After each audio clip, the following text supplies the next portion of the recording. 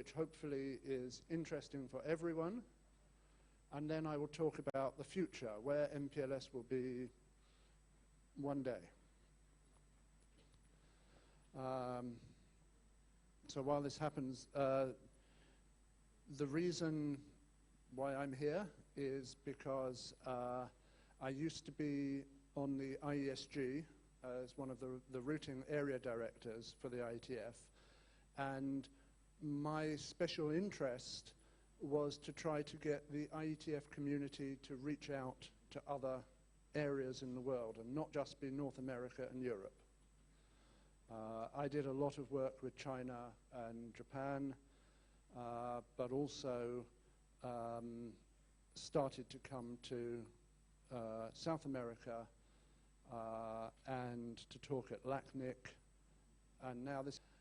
But we have discovered new uses for MPLS, better things we can do in the network that uses this technology we developed for one reason, we use it for something new. So the first RFC from the IETF on MPLS came out in 1999.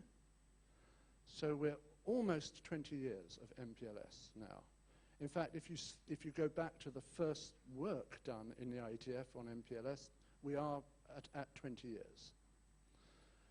20 years is a long time for a technology. Many technologies have a 10-year cycle. So 20 years means it's really established.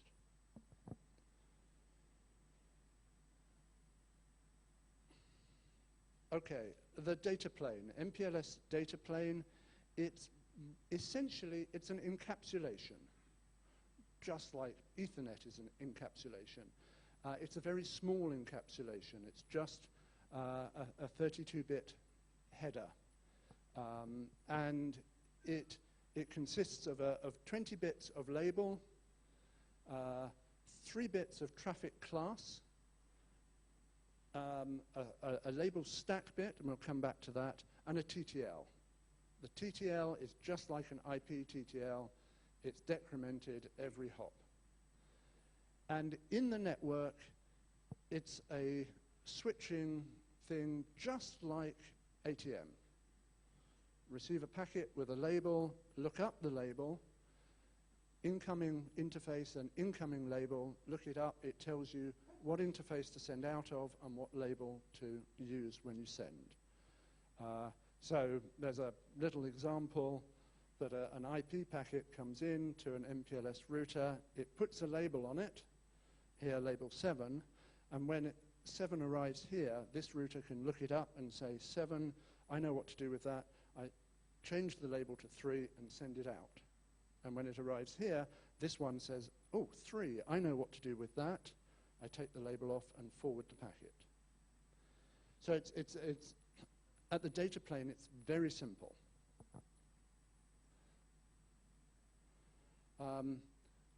But this turns out to be very powerful because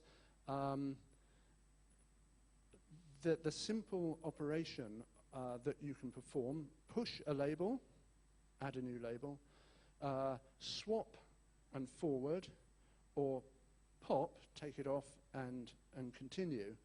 Those 3 operations, you can do nearly everything you want to do in a network.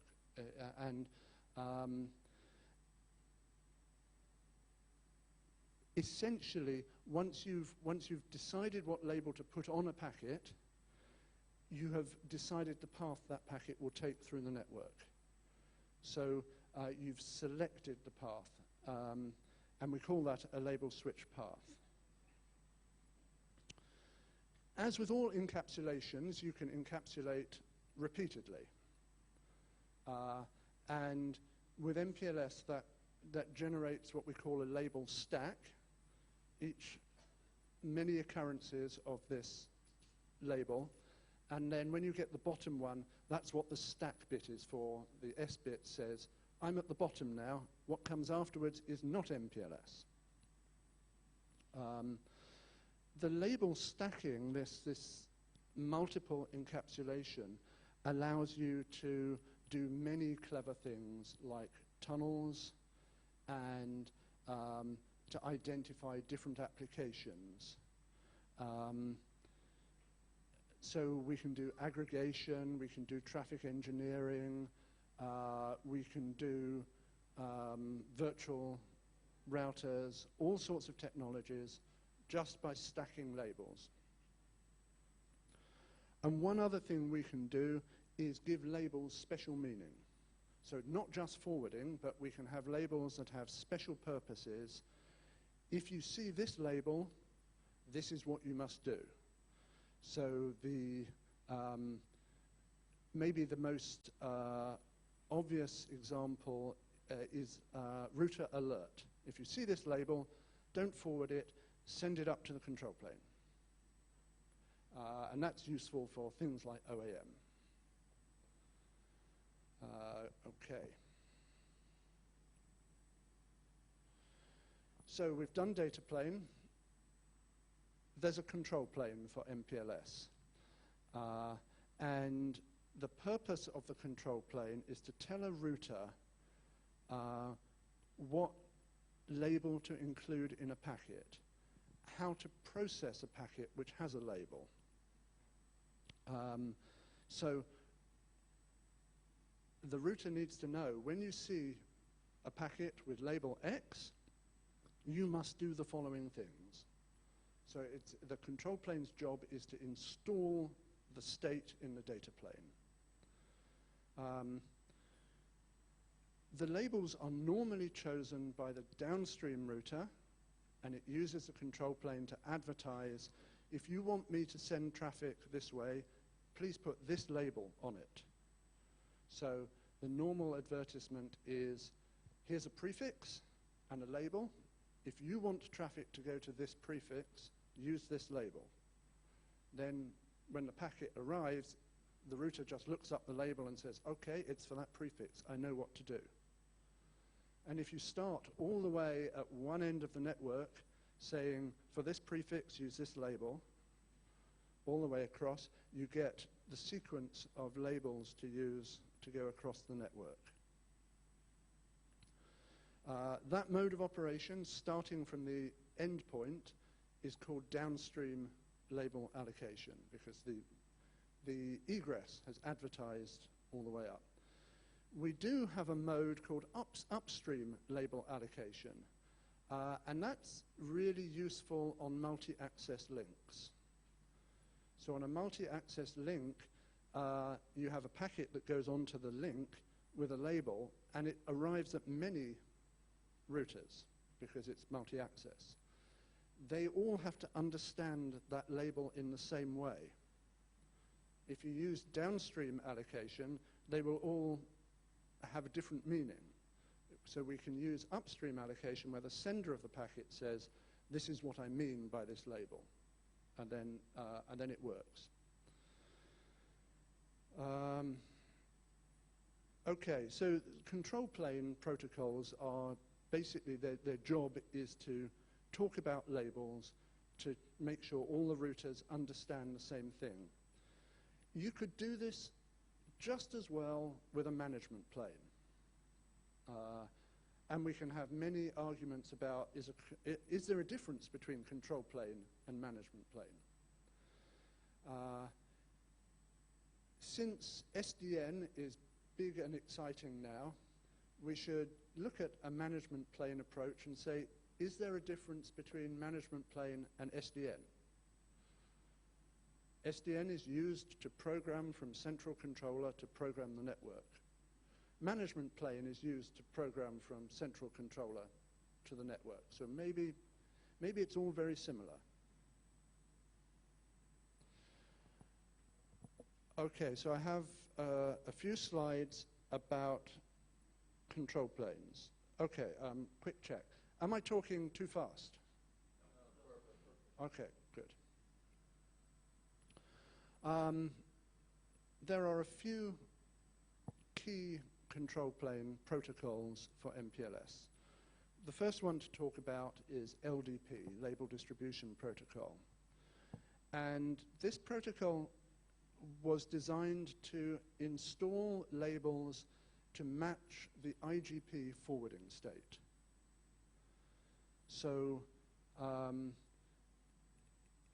the label path that gets installed, the LSP, follows the shortest path from the IGP.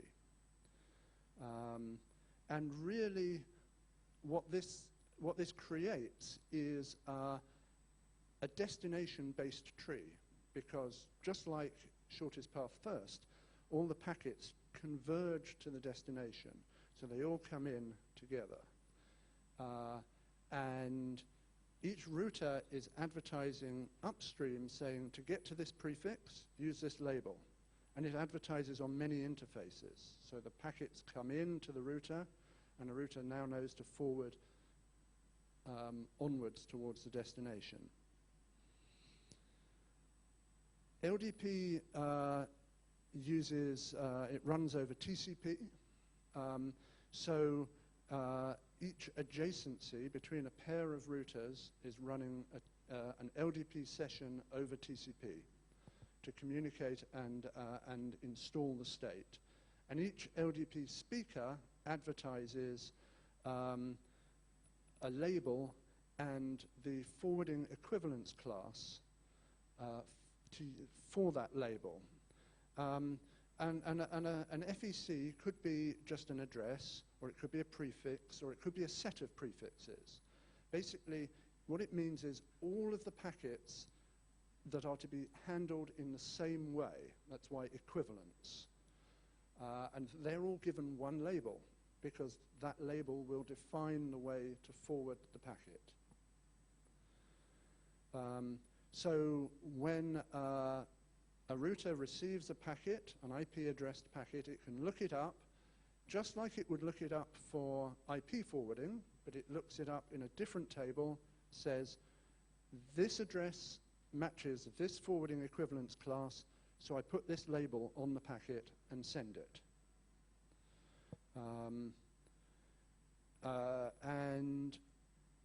Okay, the other thing to know about this is once you've classified the packet and given it a label, that's it. You can't unpick that. You can't demultiplex.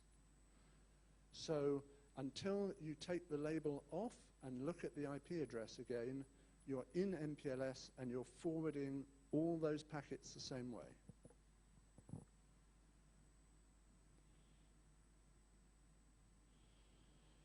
So LDP, as I say, follows the IGP.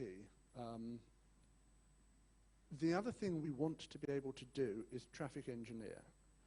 And MPLS becomes a very powerful tool for traffic engineering. And I hope we, as operators, we understand the benefits of traffic engineering and how well established it is. Essentially, we want to get better use from the network and to avoid bottlenecks and hotspots. We want to be able to take our traffic around resources that are going to go into maintenance. We want to load balance. Maybe we want to set up protection paths. So many of the attributes that we learn from transport networks are applied in MPLS traffic engineering. We need three main functions to be able to do traffic engineering. We need to measure and characterize the network. We have to understand how much bandwidth do we have on a link. Is the link stable? Is the link up? What metric is assigned to the link? So those types of things. We need to be able to model and plan.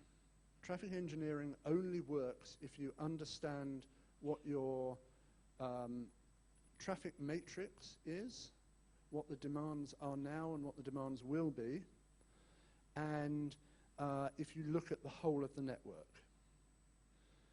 And then you have to be able to plan which way will we send the traffic today. And finally, you have to be able to control the network. You have to be able to actually tell the routers how to behave. So MPLS is a really good tool for traffic engineering, and it creates a connection-oriented packet switch network. So we're used to IP being a connectionless packet switch network, and we're used to many transport technologies being connection-oriented circuit switched, so TDM and WDM. And MPLS creates this thing in between. It's connection-oriented, but it's packet switch. The protocol that is used to do this in MPLS control plane is RSVP-TE. And it was originally specified for a completely different thing. It was specified for taking usually voice packets across an IP network and reserving a little bit of resource for them. And RSVP was soft state because it had to follow the IGP. And when there were changes in the network, it had to adapt. And we ended up with RSVP-TE for MPLS because that's what Cisco did for tag switching. And so we did it. Was it the right choice? There was a competing protocol called CR-LDP, which was putting extra parameters on top of LDP to make it connection-oriented. And maybe that would have been a better protocol. But the way things happened, we have RSVP-TE. And it caused many concerns because it's soft state and because it requires quite a lot of state to be held in the network. So there are issues with scaling. Most of those issues have now been addressed through changes to the protocol and through improvements to implementation. So I think you will hear many people say, RSVP-TE, we're worried. Will it scale to 10,000, 50,000, 100,000 LSPs? I think the answer is, it's okay, it can be made to scale, but you have to be careful. Okay, one other thing to introduce for traffic engineering with MPLS is the path computation element. It's my friendly unicorn. The unicorn can do everything and make the whole world perfect. You just have to believe. What PCE does is it takes the computation away from the network element and makes it a server function. And a server function can do many, many clever things. It can use a high-power CPU. It can look at lots of data and then talk back to the network and control the network. In many ways, it's an SDN function.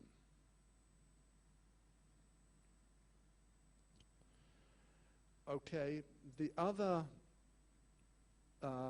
protocol for MPLS is BGP. And the main use of BGP in an MPLS network is for VPNs.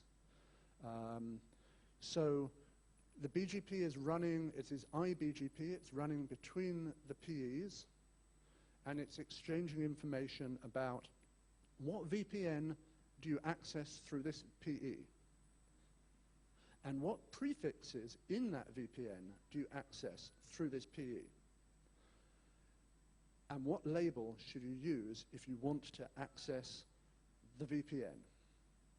So then traffic, as it comes across the core, has a label. The PE looks it up and says, ah, I understand your traffic for VPN A or your traffic for VPN B. I know which VRF to use.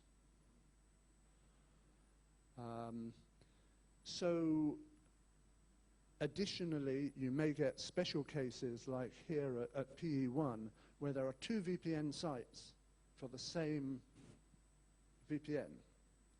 So we now actually need to know which CE do I go to. So the label can tell us. There is an association between the label and the VRF?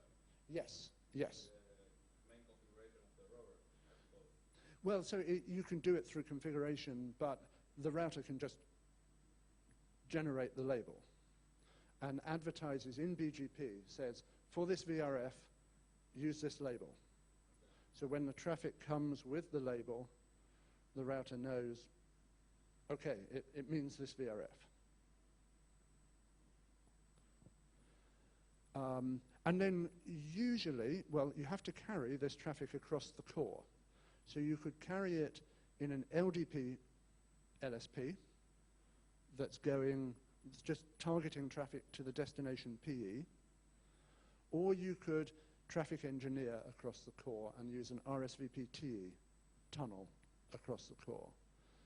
And that means that the label stack, when the packet arrives, the label stack will have the label for the tunnel, the label for the VRF VPN, and maybe a label to identify the CE as well. So you can get right the way across. So this was the first MPLS RFC. Before we even had an RFC to define what MPLS was, we already had layer 3 VPNs defined. And it's really widely deployed. RFC 2547 it's almost known, oh yes, 2547. What is that? It doesn't matter, it's money, okay? It's a service. We sell this service.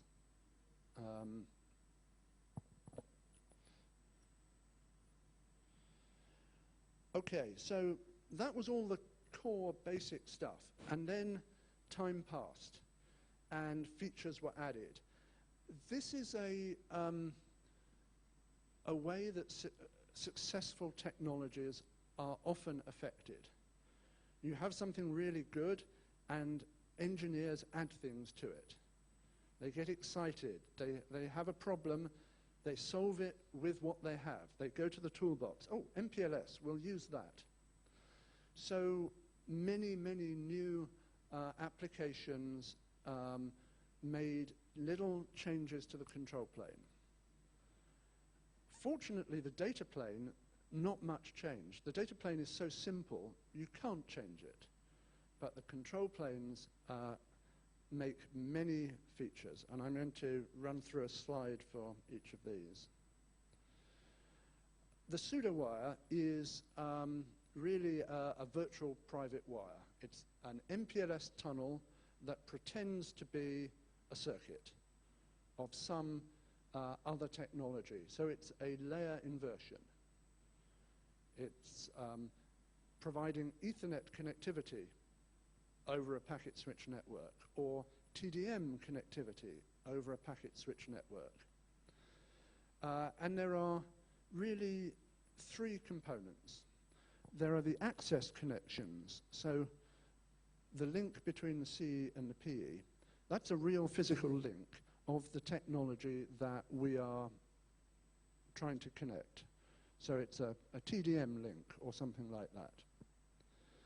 And then there's an MPLS tunnel, oops, across the network, and that's just to make sure you get the proper connectivity end-to-end over the MPLS network. And you put the two together, and you get the emulated service, edge-to-edge, so that the CEs, that's bad. That's a CE, not a PE. The CEs believe that they are connected together by a single link of the access circuit technology. But actually what's happening is that the PE is terminating that, encapsulating it in MPLS, sending it across the network to the other PE that takes it out of MPLS and recreates the access technology. So this piece across the MPLS network has to be signaled so that we understand what the labels mean. We have the label for the tunnel and then a label for the pseudo wire, for the emulated circuit. And we do that signaling using LDP with a remote association. So it's no longer going hop by hop by hop, it's going PE to PE, which we can do because it's TCP. LDP runs over TCP, so it's easy. We just set up a TCP session, and off we go. And all the rest is just encapsulation. And I say just encapsulation. Some of it's easy. Putting Ethernet into MPLS is easy. Putting TDM into MPLS is hard, because there's timing to be handled, and that's difficult.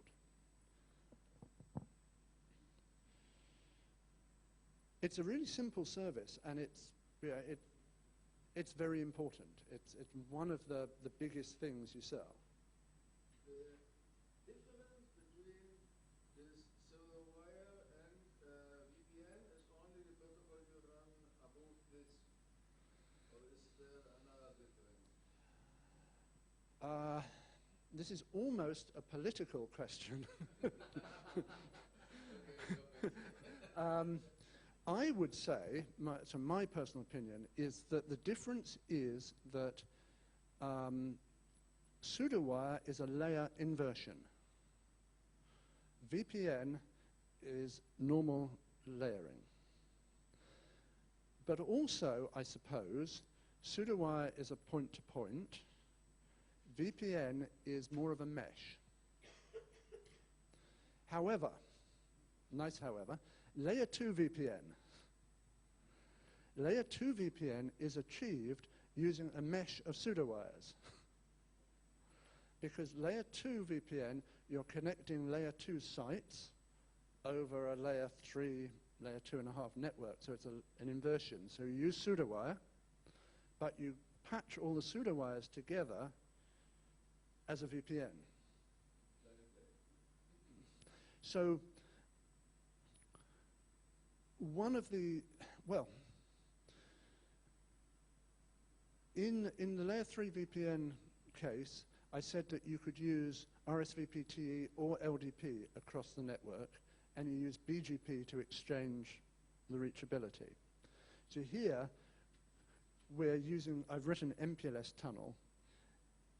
You could use LDP or RSVPTE to make that MPLS tunnel. You're using LDP to exchange the reachability.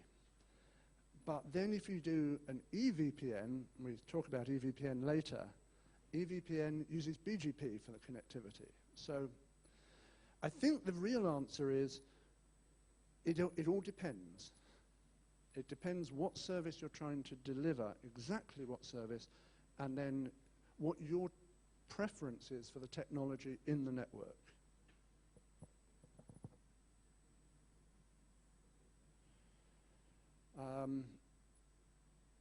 Fast reroute.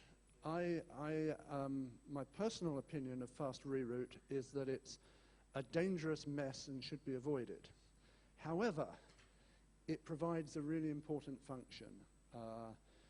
The function is to protect against a link failure or a node failure by making a little MPLS tunnel that goes round the failure. And you make the tunnel in advance, and when the failure happens, you pick the traffic up and push it through the tunnel.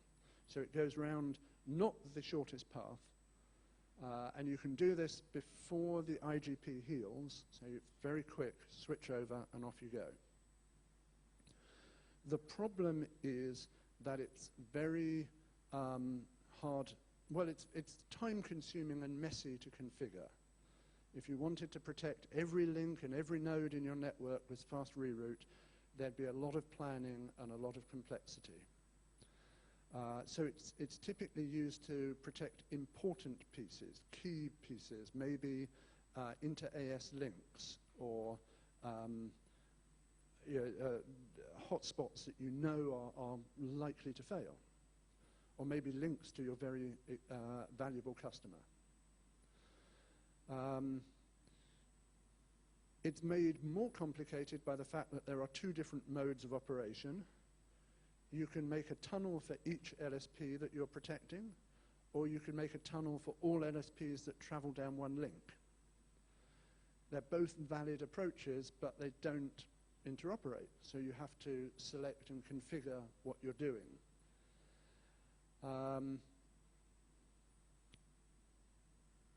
Something that may help is the unicorn.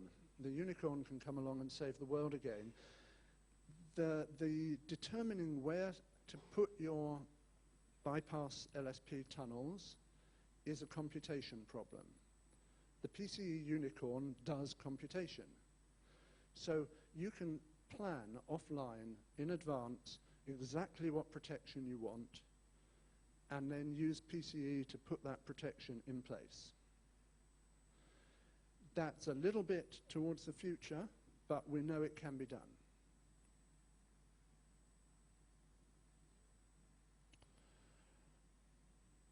A fairly recent development is the entropy label. So this is all about load balancing, ECMP, and so on. And load balancing is becoming more and more important because the LSPs are getting bigger and bigger. And they take up more of the link, or sometimes the LSP is bigger than one link. So we have to split the traffic across links. That causes a problem because the packets may now come at the destination in the wrong order. MPLS does not reorder packets. So what we want to do is try to split the LSP across different links in a way that will not split the sub-flows, the data flows within the LSP. To do that, we would normally hash the packet header. That's how ECMP has always worked. But now we don't just have the IP header, we also have a big label stack. And for some routers to hash all the way down to the IP packet and the TCP header and the port number all the way through the label stack, that's too much to do at line speed. Or it's just too deep. What the entropy label does is that it allows the ingress to do this, to work out what the flows are, and to insert a special magic label that says, if you were to do a hash, you would come up with a value. Let's call it label 257. Now, when we hash in the network, we just see the entropy label and we can go, okay, all packets with this label are for the same subflow. We will treat them the same and put them together when we do ECMP. So this is a special case of a label that is not used for forwarding. It's just used for making hashing decisions. And actually, it's not one label, it's two labels. The first label says, hey, do not forward on this label. I'm special. And then the next label says, and this is the special value.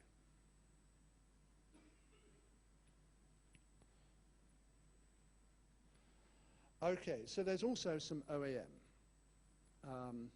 It's not perfect, but it's something. LSP ping is the main piece of OAM for MPLS, and it's very similar to IP ping. That is to say, it's a message that gets sent out saying, please respond. And it travels down the LSP to the endpoint, and the endpoint gets it and says, oh, okay, I'll send back. Oh, but wait a minute, LSPs are unidirectional, only one way. So the response comes back just as an IP packet, which may travel as IP or may find its way into a different LSP. It doesn't matter, it's just going back to the origin. So that makes it really useful for connection verification and connection confirmation. Am I going to the right place? Is it still alive? Response.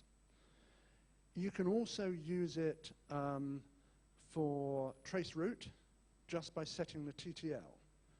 Send the TTL with 1, it just goes 1 hop, it expires, so it gets thrown to the control plane. The control plane says, it's a ping, I know what to do with a ping, I reply. And then you set TTL to 2, and so you can trace the route. The other OAM that's available is BFD. And BFD is really, it's a packet data plane OAM, and you can use it on any data plane. Because it's specifically defined for use right in the data plane, it's very lightweight, and you can run it at very fast timers. And to do it at 3 milliseconds is perfectly reasonable. So you can get very rapid failure detection. LSP ping is quite slow. It's like IP ping. You can use it to find out if there's a failure and where the failure is, but you don't want to use it for failure detection. BFD is really fast, and you can actually detect failures with it. It has to be bootstrapped. The ends have to agree to use BFD. You can use the management plane for that, or you can actually use LSP ping. You can send an LSP ping message saying, I want to do BFD. Okay, let's do BFD, and then off you go. I have a question. May I interrupt? Yeah, sure. You are doing a lot of things. I didn't hear this before, so I don't know if you did say it before. But you do a lot of things over IP to control and MPLS.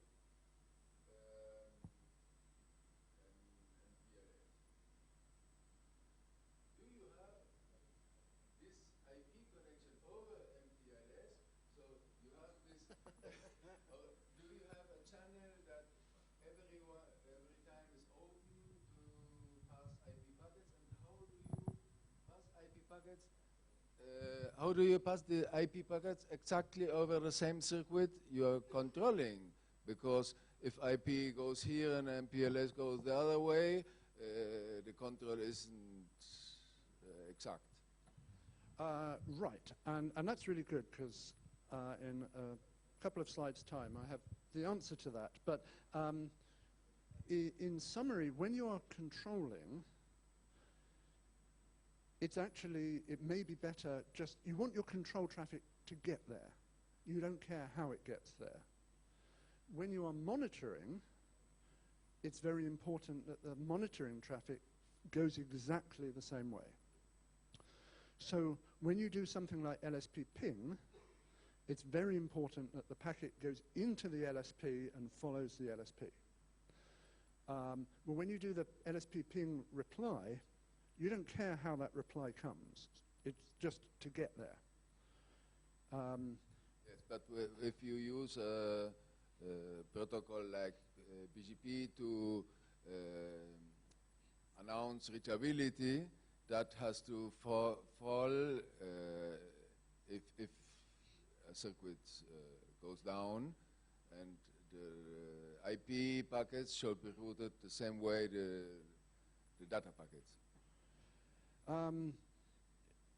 Yeah, so I think this really comes to whether you use traffic engineering as well. If you use traffic engineering, then your data packets may be going some strange way, but your IP control packets are going the shortest path and taking advantage of the IGP self-healing. So if there is some failure in the network, the BGP packets will still get there, and they talk about the tunnel. Okay. So you have a slide later that shows how you route these IP packets that have to take the same circuit. So yeah, so later, and this actually became, our friends in the ITU came and kicked the IETF about this. So it's just in a couple of slides' time. Something else that was added was point to multipoint. So everything I've talked about so far has been point to point, except LDP is kind of multi-point to point.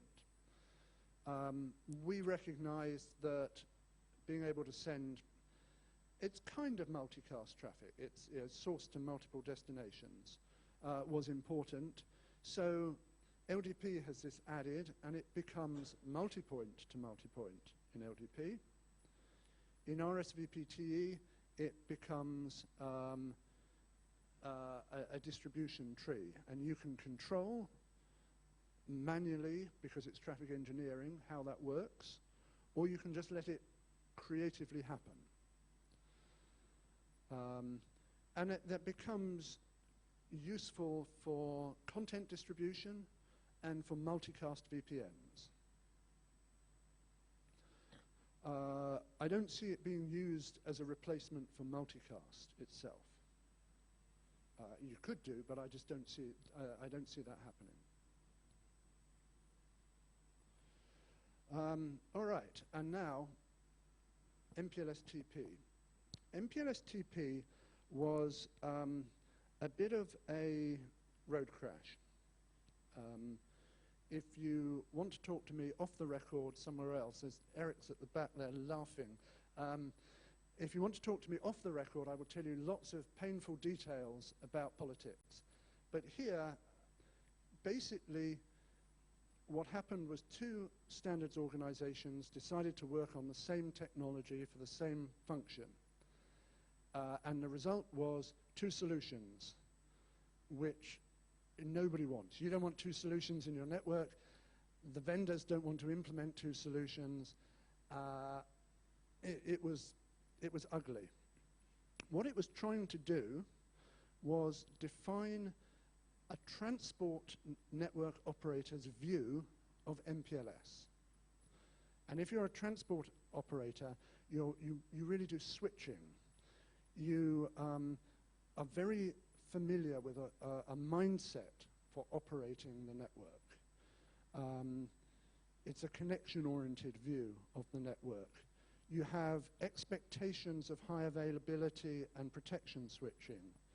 You have very high-level OAM, and the OAM uses exactly what we were saying.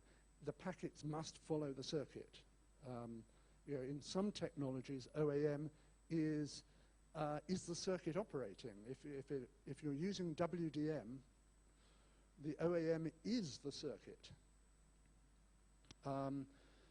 There was discussion about central control and management compared to distributed control and management that the IETF is very familiar with. And there was discussion of static LSPs, LSPs that are manually configured, and that's it. And there was even discussion of operating the network without IP. It's an MPLS network, and we will operate it, and there will be no IP in this network at all. So the political debate was whose job is it to specify the requirements, the solution, the deployment, and what happens if there is lack of coordination in these specifications. There a lot of pain and a lot of blood, but in the end, we ended up with some useful RFCs which have been duplicated in the ITU as recommendations. So you can specify a recommendation or an RFC. It's okay, it's the same technology. So the work was operate without an IP control plane. That really means operate with a management plane instead of a control plane. And we can have a discussion about what protocol you use in the control plane, or in the management plane. Is it IP north to south or something else? Essentially, it doesn't matter, but it's MPLS without a control plane. And the other big thing was to develop additional OAM mechanisms. And the main thing is an in-band OAM mechanism. And this uses one of our special labels. The label says, do not forward this packet. It is not a packet, a data packet. This packet is a magic OAM packet. So it arrives, it comes down the LSP. You look at the label and say, oh, OAM. I know what to do with an OAM packet. I give it to my OAM processor. So it is definitely, it's gone in band because it's labeled, but it's OAM. And then inside that, you look, and there's an OAM message. And in fact, this becomes really useful because you can put all sorts of messages inside this channel. So there's a channel type. After the special label, there's a channel type, and it says this is a management control channel or a signaling control channel. So now we can actually run a control plane without IP in band. Or maybe it's a BFD packet, or maybe it's a performance monitoring, or a connection verification, or anything, any form of OAM. And then beyond that, there are a number of specifications for different OAM applications. Okay, we talked about EVPNs and multicast and so on. As time has gone on, the number of different applications of VPNs has gone completely out of control. But each one is really important to your customers. And they've all just been little extensions to the MPLS protocols. So where are we today? I have some quotes, unattributed. Most packets on the internet today use MPLS at some point. Okay? MPLS is that widely deployed that if you send a packet, send an email, whatever, it will go across MPLS.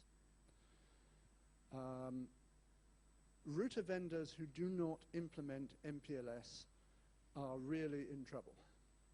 You have to, as a vendor, you have to have MPLS. And MPLS VPNs are commercially massively significant. Having said that, some operators are completely opposed to MPLS. Some operators just do not do MPLS. And they survive. They're okay. It's just a choice. And I have a bullet there that says the scaling issues of MPLS are critical to the product. So when you're choosing a product to deploy an MPLS product, it really does have to scale in the control plane and the data plane. That's perfectly possible, technically possible. Okay, so my last set of slides are about the future. IPv6.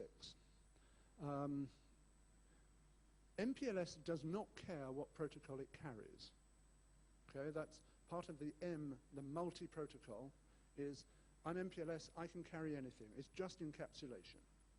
So carrying IPv6 over MPLS, no problem. The MPLS control plane was designed with IPv6 in mind. Now, it so happens that all of the implementations for a long time were IPv4.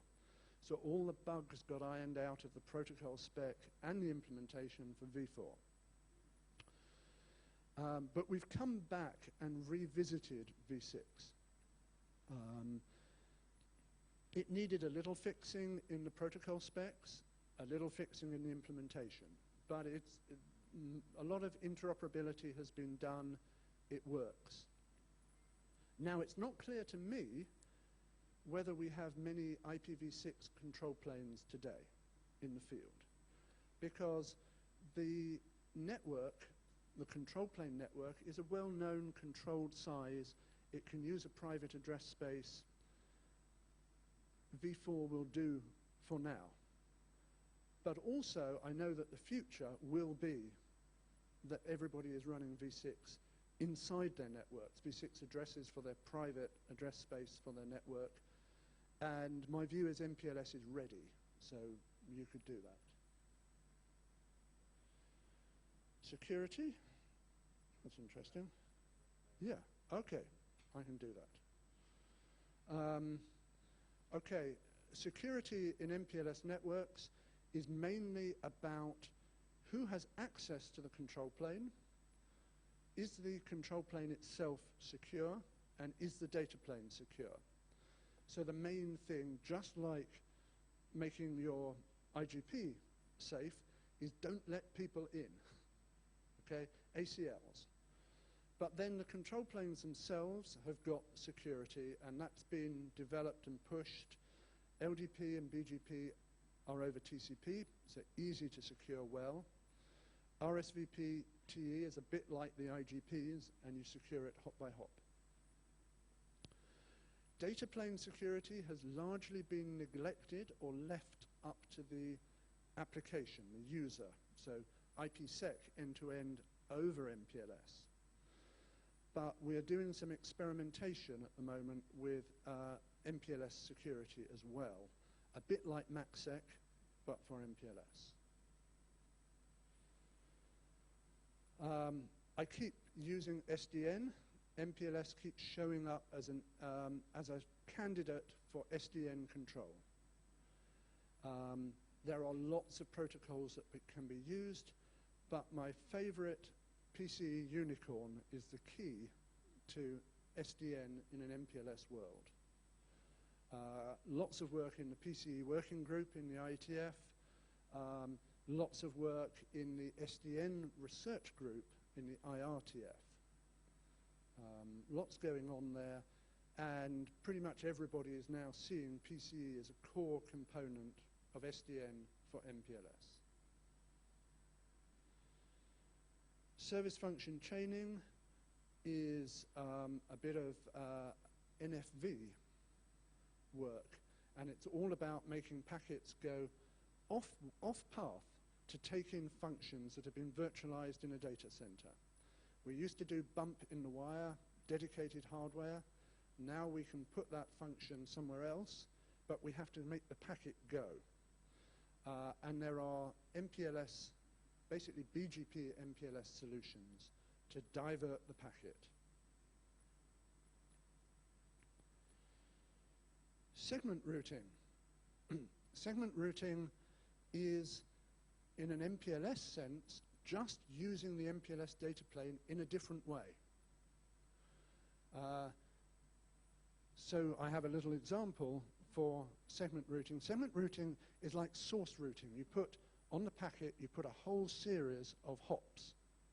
And as the packet goes across the network, those hops are stripped off, and they identify. So this packet says, I'm going to 124.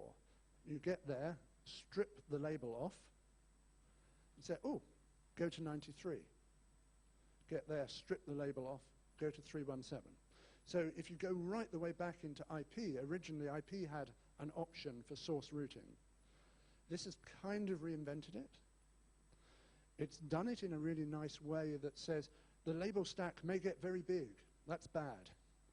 So we can do things like put loose hops in, or we can have one label that says, when you get to this router, impose a new label stack. So it's like a tunnel, and then go on. It's really quite neat. It has some really good applications, especially in stable networks like data centers. So I expect to see MPLS segment routing in data centers as a big deployment. Do I expect to see it in tier 1 backhaul networks? No. It's not, it's too centralized. It's not responsive enough to what happens in the network. Ring protection. There's some work going on for ring protection. Those of you who have done transport networks will know all the techniques in TDM, Sonnet SDH ring protection. What the MPLS work is doing is very similar, and it's using tunnels on the ring. So you enter the ring and join the tunnel to the destination. If there's a failure, the tunnel is bidirectional, and you just flip round and go the other way. It's really quite neat, and a lot of the work is about how the ring can discover itself and not need to be configured. And again, if you've ever configured a Sonnet SDH ring, you'll know that self-configuring rings are really what you want. And I think it's my last slide, which is good. Okay, so technologies come and go. If you'd asked people at the start of ATM, was ATM really going to take over the world and exist forever, they would have said yes. MPLS has been around for a long time and looks like it will be around until we retire. So that's good. We don't have to worry too much. Will it become the only technology? I don't think so. There are some things that are happening that are beginning to squeeze MPLS. More and more features are being added to Ethernet. There's Ethernet traffic engineering, and there are routing protocols for Ethernet. So we're seeing pressure from below on MPLS. We're also seeing pressure from above. There's a strong push for deterministic IP, and that's used. There's a DetNet working group in the IETF, deterministic networking, and that's about getting very predictable delay measurements, very predictable jitter, very clearly understood paths for your IP traffic. And that's squeezing the MPLS from the other side. And it's possible that this squeezing MPLS will just cease to be. Yeah. On the other hand, MPLS has got this 20 years of experience of doing good stuff, and maybe it will push back. So I would say there's plenty of life left in MPLS. There's continued growth and applicability and deployment. And I seriously, I'm not worried about the fact that my career is MPLS. And that's me done.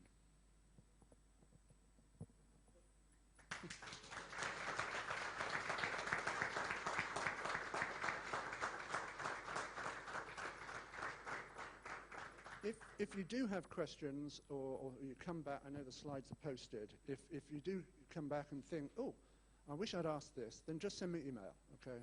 I'm a free resource.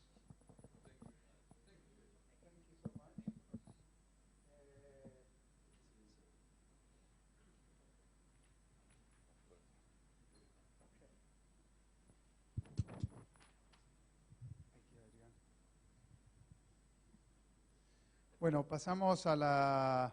Agradecemos de nuevo a Adrian por la presentación y invitamos a Eric Osborne, que nos va a hablar de virtualización de redes de operadores de servicios. Un tema logístico también. A las 4, cuando termine esta presentación, me dicen que este salón va a haber que liberarlo porque tienen que prepararlo para una cena supuestamente a la noche. Así que vemos dónde nos juntamos, si hay alguna otra salita o buscamos algún business center de los que están aquí afuera. All yours. Gracias. Hola. ¿Cómo están? Good. That's all I know. That's ¿Dónde está el baño? ¿Dónde está la cerveza? That's all I have. So we're going to do this in English. I don't have too many slides. I don't have too much time either, so this works well. So I'm here to talk about NFV and SDN. And these are very, very complicated things, and there's a lot of opinions and a lot of difficulty. I am here to talk about things you need to think about with NFV and with SDN. All right. So a little bit about me. I've been doing internet for a little over 20 years. I started at a small startup. I spent most of my career at Cisco. I did lots of MPLS and TP and things that Adrian talked about. And I am now at level 3. I've been at level 3 for a couple of years, where I do internet architecture, mostly backbone and edge and some of this stuff, that is SDN and NFV. This is a very brief introduction to NFV and to SDN, as we'll talk about. They are maybe together, maybe not. Oversimplification, simplification, and complication. We'll talk about what that means and how you break it down. This talk is not negative. It sounds negative because I'm not promising you Adrian's unicorn, and because I tell you that this is hard and it is complicated and it may not be a good idea. What I want to encourage you to do is think about this stuff. This is also not about level 3. This is not about what we are doing with SDN and NFV, because the right answer for you may be different from the right answer for me. Everybody's constraints are different. Scale is different. Budget's different. Product is different. Goals are different. So these are some things we've had to think about, but I do not intend to show my answers here. It doesn't do you any good anyway. And I don't know how many questions I can take during, but if I've confused you with something I've said, I've probably confused everybody else too. So ask for clarification. So a little bit of history. NFV and SDN. They came out at about the same time. They hit the press at about the same time. And they were talked about as if they were one thing. And all the conferences that you went to and all the marketing nonsense, SDN and NFV together. And then we figured out that they were completely separate things that just happened to come out at the same time. And we started talking about them separately. What is SDN, which that's a whole 4-hour talk by itself, and what is NFV? But I'm going to argue that maybe they do need to be combined. I'm not going to argue it for very long, but that is some of the position that I take here. And if you don't know what these are, I explain that on the next couple of slides. So perhaps I should have asked, how many of you are familiar with NFV? Have seen it before? Okay, some nods and things, and no. Okay, well, next slide is for you. Same thing with SDN. Have you seen it before? You don't have to know what it is, because nobody knows what it is. But you've seen it, right? It's confusing, but it's fun. So now I get into what I call 3 stages of explanation. I try a high level, and then a little more detail, and a little more detail. Oversimplification. We're going to make it so easy and so vague that it is useless to know this. And then simplification. We make it a little harder, but still digestible, easy to understand. And then complication. And this is where all the fun is. And this is where all the confusion and the hard work is. Okay, oversimplification. This is all you need to know for SDN and NFV. NFV is network function virtualization. And we'll talk about what that means when we get into those next 2 stages. If you prefer British English, you say network functions and you spell virtualization wrong. If you're Adrian. I'm American, my way is the right way. and that's what we do. And SDN is software-defined networking. This, you can, I get that. You sort of have to know what it is, but that makes sense. Software-defined as opposed to hardware-defined networking, it makes, to me, makes no sense. Let's see. Okay, great. What do these mean? What do they do? And most importantly, what do they not do?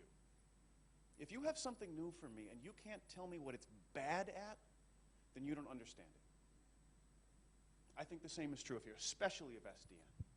Tell me what it is, where it fails, how to deploy it wrong. And if you don't know that, you don't know the technology. That's part of my argument for here. Make sense? All right. Simplification with NFV. The idea is you separate the hardware from the software. If you want to run a Cisco router, you don't need to buy Cisco hardware. You want to run a Juniper router, you don't need to buy a Juniper hardware. This is the idea, right? You run homegrown or commercial software on vendor-independent hardware, right? White boxes and things like that. And then you virtualize, perhaps, to get the most out of that hardware.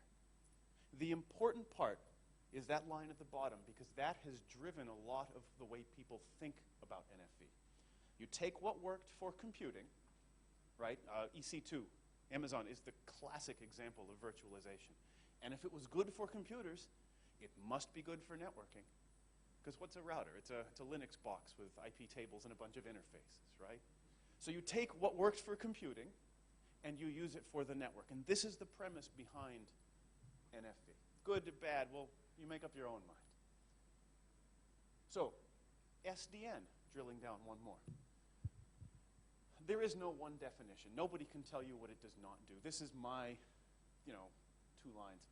SDN is about controlling devices programmatically. Focus on what the device is supposed to do, not the magic words to make it work. All of you who came up with Cisco iOS, as I did, you know all the magic words. And most people in this room know iOS. And if you learn Junos, it's a new set of magic words. And if you learn iOS XR, it's a new set. And if they come up with a new release and somebody put a new feature in, it's another set. So a lot of the complexity in managing the device is speaking that version of code to that version of hardware in that language. SDN wants to take that away. You program, well, I say program the network. Perhaps you program the device through an API, application programming interface. You could argue you could say that SNMP is an API, because if anybody ever did SNMP writes, you would write the same config to your Junos box and your Cisco box, and they would do the same thing. Nobody does SNMP writes, not that I'm aware of. I've never seen anyone do it. That guy doesn't do it. Nobody does them. But that's the idea.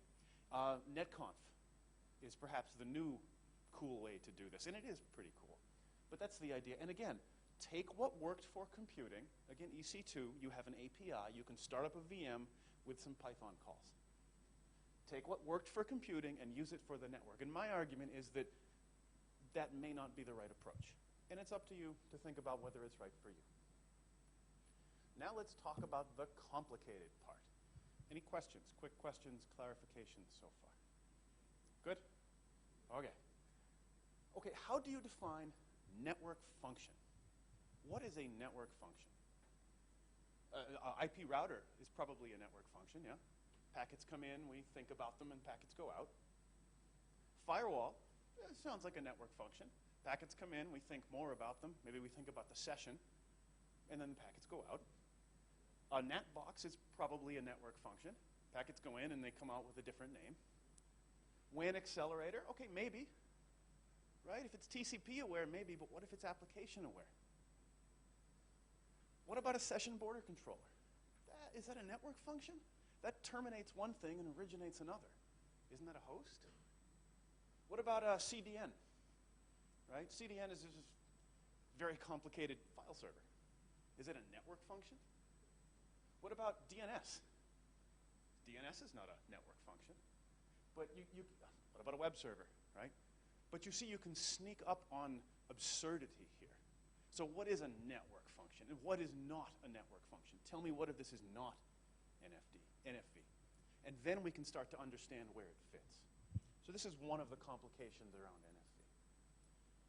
Okay, define virtualization, right? Because you have network function virtualization. First, you have to define network function. Now you define virtualization. Do you always run virtual machines? VMs are great, but there's a severe performance overhead in running separate instances of each kernel, right? Can you use Docker? Sure, you can use Docker. But now everything that runs in a Docker container has to have the same Linux kernel. Okay, so now you don't have the freedom anymore. What about vendors with their own kernels? I don't think I can run a Docker system with iOS and XR and TMOS and somebody else embedded. And the world is changing, and people are adapting. But you can't always do this. What about multi-tenant software? I have a firewall, and I have different contexts, different SSH contexts and sessions for my users. What if I take a multi-tenant image and run it on bare metal? We do that today, right? You buy a firewall, it's got a 1,000-user license on it. That's all this is. And this, it's only virtualization if you buy the hardware from somebody and the software from somebody else, and that's silly, right? Well, we'll get into that. Does it have to be commodity hardware? Can I get the performance that I need? Now, there have been great strides in packet performance. When we started looking at this 2 years ago, maybe you could get 3 gigabit. It depends on the processor you use and all these things. But now you can get line rate at 10, 20 gigabit. Can you get the performance you need with crypto? Right? Do you have hardware accelerated IPsec? WAN acceleration, all these other things. There's a whole other level of variables to think about that in modern router hardware you don't have to. Like Adrian said, everything can do line rate now. right? Maybe not 64 bytes, 128 bytes, but everything can do line rate. With this, you have to think about it, and you have to build it yourself. If you have to buy specialized ASICs for hardware offload, and you have to get multiple vendors with the same Docker kernel all lined up on the same Linux kernel, where's your freedom? What have you bought, right? If you run a bare metal multi-tenant operating system with solution-targeted hardware, that's what you buy today. You buy a hardware checkpoint firewall, that's all it is. It just says checkpoint on the front of the box instead of Foxconn. Is this just a pricing game? Is this just to put pressure on vendors to get them to lower their hardware margins because you threaten to go to the computer store and do this on your laptop? And that's good, right? Everybody in this room wants to drive prices down. My last employer wanted to drive prices up. And this may be good, but this may be all it is. And then it is not a technology, it's a market threat. Right? What do you virtualize? Well, do you virtualize the core? I don't. I have a big core. I can't go to the computer store and buy an 80 terabit white box switch, right? Maybe you do. Maybe small enterprise. Yeah, okay, sure. A couple Linux box. So what, right? What about the provider edge? I don't. I'm not going to. That's where all the complexity goes. That's where the policy is. For the internet, what the provider edge can do is how I define my service, and it's how I make my living. I need BGP and all the policy that goes with it. I need good packet QoS, I need security, I need NetFlow, I need all these things so that I can build my service and sell it to you and your customers and everybody. How many of those can you do in software? Who are you going to buy it from? Right? There's only 3 or 4 good BGP control planes out there that I would trust. You do as you like. What about the customer edge? CPE? Oh, this sounds good, but let's talk about that. Right? Well, and we'll talk about it in a minute. How do you virtualize? Well, so everybody says, and this is the big thing, is do your CPE and put it in the data center. Don't ship a box on site. Put it in the data center and virtualize. Okay, and we used to call this Citrix terminals, and before that they were called mainframes, and now it's called NFV. Data center, this is the key, and this goes back to that line I had about do what was good for compute and do it on the network. Data center hardware is designed to fail. They expect it to fail. Google will tell stories about in their data centers, they have a guy on a bicycle with a basket in front full of hard drives. No joke. He goes around and he replaces hard drives for 8 hours a day, and then he goes home. Right?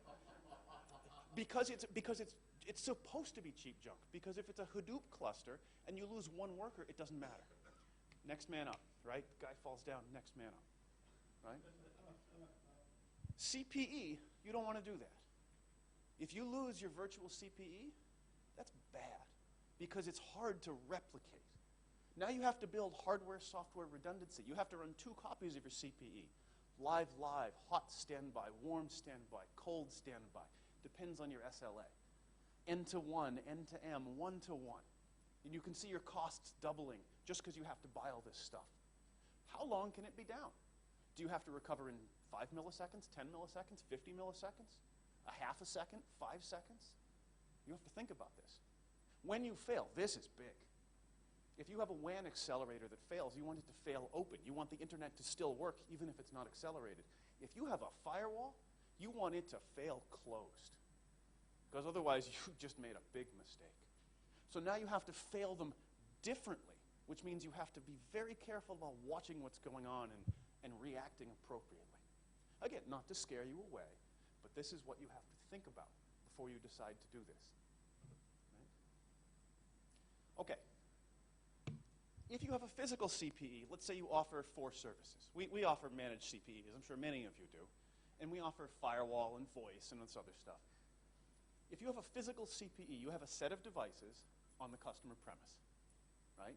And so it goes in the wiring closet or it goes wherever. They plug it in, they cable it up, or you do it for them, and then you walk away. If you host it in your POP, now you have to pay for power and cooling, right? Your cost just went up. So some of that economies of scale that you get by virtualizing, you just had to spend on your own power because the customer was paying the power bill before. And if you go to the customer and say, I will virtualize for you and it's only going to cost you 10% more, no one's going to buy it, right? So it's a thing to think about. Physical CPE, you have 4 services, you have 4 boxes. And this is a problem, right? Because if you don't have a lot of space and you have 4 rack units and cables between them, 4 power cables, it can be a mess. If you virtualize, okay, 4 services, 4 VMs on 1 box, if you do it right, right? If you don't do it right, you have maybe 4 VMs spread across 2 boxes or 4 boxes, or you have 1,000 VMs across 200 boxes. And it gets complex to manage, but it is less messy. Then there's this concept of service chaining, which I don't want to get into too much here because it's a mess. This is the ugliest part of SDN and NFV to me. Service chaining with physical devices is Ethernet cables. Goes into the firewall, comes out of the firewall, goes to the WAN accelerator, comes out of the WAN accelerator, goes to the router. It's a spaghetti, but it's understandable. Here, you have a logical overlay built by a central controller. And we know how to do this. This is VLANs, or it is any number of other things, but it's more complicated. Now you have to troubleshoot it. I haven't had to troubleshoot Ethernet cables since I used to make them myself and crimp them, and I'd screw one of them up. We buy Ethernet cables, right? You don't have to troubleshoot those. So you have operational complexity here. Complication for SDN. Okay, control devices programmatically, but what do you control, right? You can control the forwarding. This is OpenFlow. Anybody remember OpenFlow? This was big a year or 2 ago. OpenFlow, I don't like it, but that's just me. It's a very Ethernet-centric mix of static routes, static CAM bridging tables, and policy routing. It's just policy routing. It was designed by academics for academic use. It's nice to have. It's not new.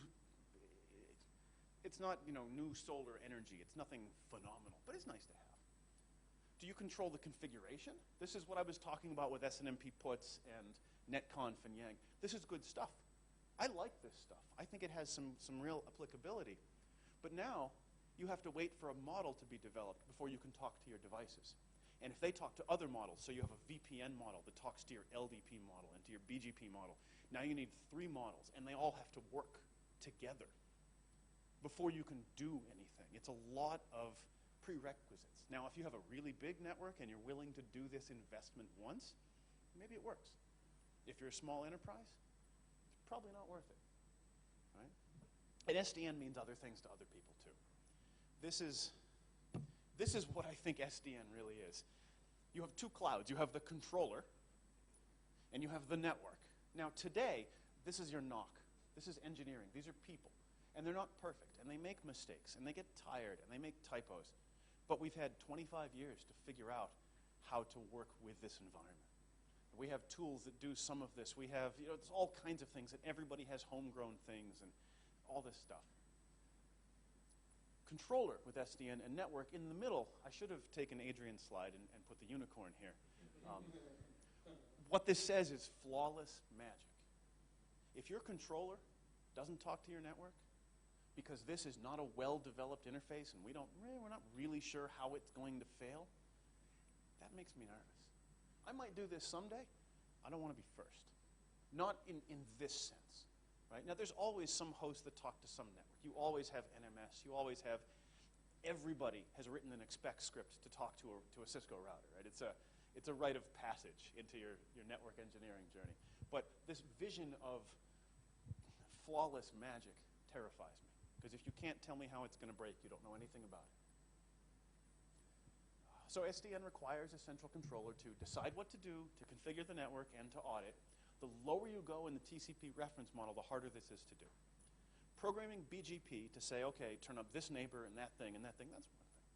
Going to every hop and programming the 5-tuple to say if it's this Ethernet address and this IP address and this protocol and this QoS, then it goes that way. And doing that at every hop on every interface and every network for every flow, you can do it. I'm not doing it. So it's complicated.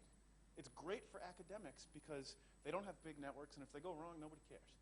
It's oversimplification, but not by much, right? There's a spectrum. Offline control, which is, the cloud and the magic, and online control, which is what we have today. You have to pick the right spot for you. There's one right spot for you. Maybe there's 2. There's a lot of wrong spots. Don't pick the wrong one. Right? So my last slide, and just about on time. NFV and SDN do have some real uses. Like I said in the beginning, this is not a negative talk. Virtual services may be a good fit, right? Not core, not edge, not IP forwarding, because IP forwarding is cheap, right? And you need a physical box to terminate a plug hole anyway. Maybe virtual firewalls is good, virtual WAN accelerators, enterprise CDN, virtual SBC. These all, yeah, because those, you can charge more money for those, so you can cover your costs of dealing with the complexity. Maybe. I don't know. Again, this is not about me. It's about you. They're not magic, and they're not free. Different isn't always better. That's important, right? Just because it's new doesn't mean it's a good idea. Doesn't mean it's bad either. This is the stuff we've had to wrestle with for 2 years when the hype curve has gone crazy. There is, I think, real value in what you can do with NFV and SDN. We haven't talked much about the details of SDN, but I think this programmatic controller device is great, because then I can swap out new vendors all day long, and I don't have to retrain my staff on how to configure this or how to configure that, or rewrite all the tools that I have that build configs and push. It commoditizes the vendors, which they hate, but that's too bad. I think that has some real use. What I'm trying to say here is find the parts that work for you and do them. Just think carefully about what you're doing. Don't do it because it's sexy or because some executive decided to do it or because virtualization is free. Find the parts you like, do those, and let somebody else do the others. That's my last slide. So, questions? Yes? The same as many others, I have confused the two technologies. I was in a presentation some years ago that sold me one solution that I like to have. That is, I want to connect one port of one switch of my network to a port of a switch of his network, and there are 3 carriers in the middle, and I want to configure this connection virtually. Which of the two technologies was that? And will it work someday? I have no idea. I didn't sell it to you, but something like that would have to be SDN because it's, yeah, something like that would have to be SDN because there's no virtualization of machines inherent in that. It sounds like it was mostly about central controller talks to the 3 in the middle, talks to the endpoints, and would program something. It would be an NNI. It would, look a lot like an ATM NNI. Does it exist? Not that I'm aware. You have all the political problems, right? If you buy transit from me, and then you get to NTT America, and then you get to Comcast, and I'm not going to give you an API into the guts of my network, right? Or probably not, right? And you're not going to get a central controller that will be able to tell me and Comcast and NTT what to do and just listen to it, right? So that's the hard part. That has to be a multi-controller. Also, each carrier has to have his own controller, yep. and I have to configure an automatically and circuit from me to my carrier and this carrier to the next, and so until he goes to the last one. Assume that works. Assume that exists. That's still technology is always the easy part. How do you bill for it? How does NTT send you a bill? Do they send me a bill? Do I then bill you? That's the hard part, because that's all business policy, and nobody will make the same decision. Other questions? No? Okay, like Adrian, I'm around all week. If you have questions about this or IETF in general, I know this is new for many of you, find me. I'm here. I'm easy to see. Thank you very much. Thank you, Eric.